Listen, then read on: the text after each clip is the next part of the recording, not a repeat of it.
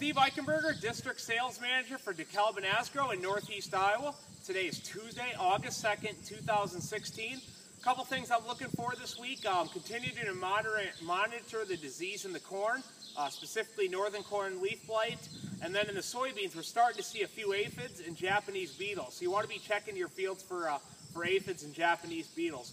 But right here in Lawler, Iowa, our corn's in the milk stage, moving into the soft dough stage. So now's a good time to be doing some yield estimates in your field. This is a good practice to get into because it helps you with marketing decisions and also can help you plan for harvest. So to conduct a yield estimate, it's a pretty simple process. You just go out in your field and grab a couple ears that are representative of the field, and then you're going to want to look for 4 factors. So the first thing I'll do is take kernel rows around. So here our average kernel rows around in this field is about 18. So I'm going to use 18 for kernel rows around. The second thing I'm going to do is get an average ear length. So the average ear length in this field here in Lawler is about 34 long. So I'm going to multiply those 2 numbers. Then I'm going to multiply that number by the final ear count. So in here, after doing a couple stands in this field here, I've come up with the final ear count of 31,000. I'm then going to divide that number by the kernels per bushel.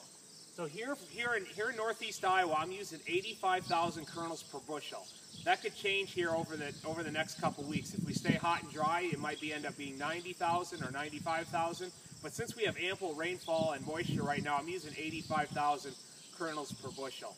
So I multiply those 3 factors, then divide it by the kernels per bushel, which I'm using 85,000, and I'm coming up with about 220 bushels per acre here in this field in Northeast Iowa.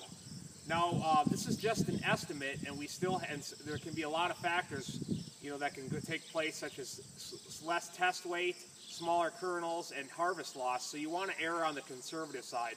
But to get a good estimate of your fields, that's a simple method to do it. The other thing I'm noticing here in Northeast Iowa is that a lot of these fields are 30 to 35 days away from black layer.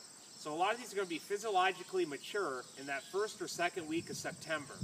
So there is a potential out there for an early harvest. So that's one thing to, as we move forward, if we stay hot, just kind of prepare yourself for the potential of that early harvest. But with any questions surrounding conducting yield estimates or anything else, please reach out to your local Asgrow DeKalb dealer.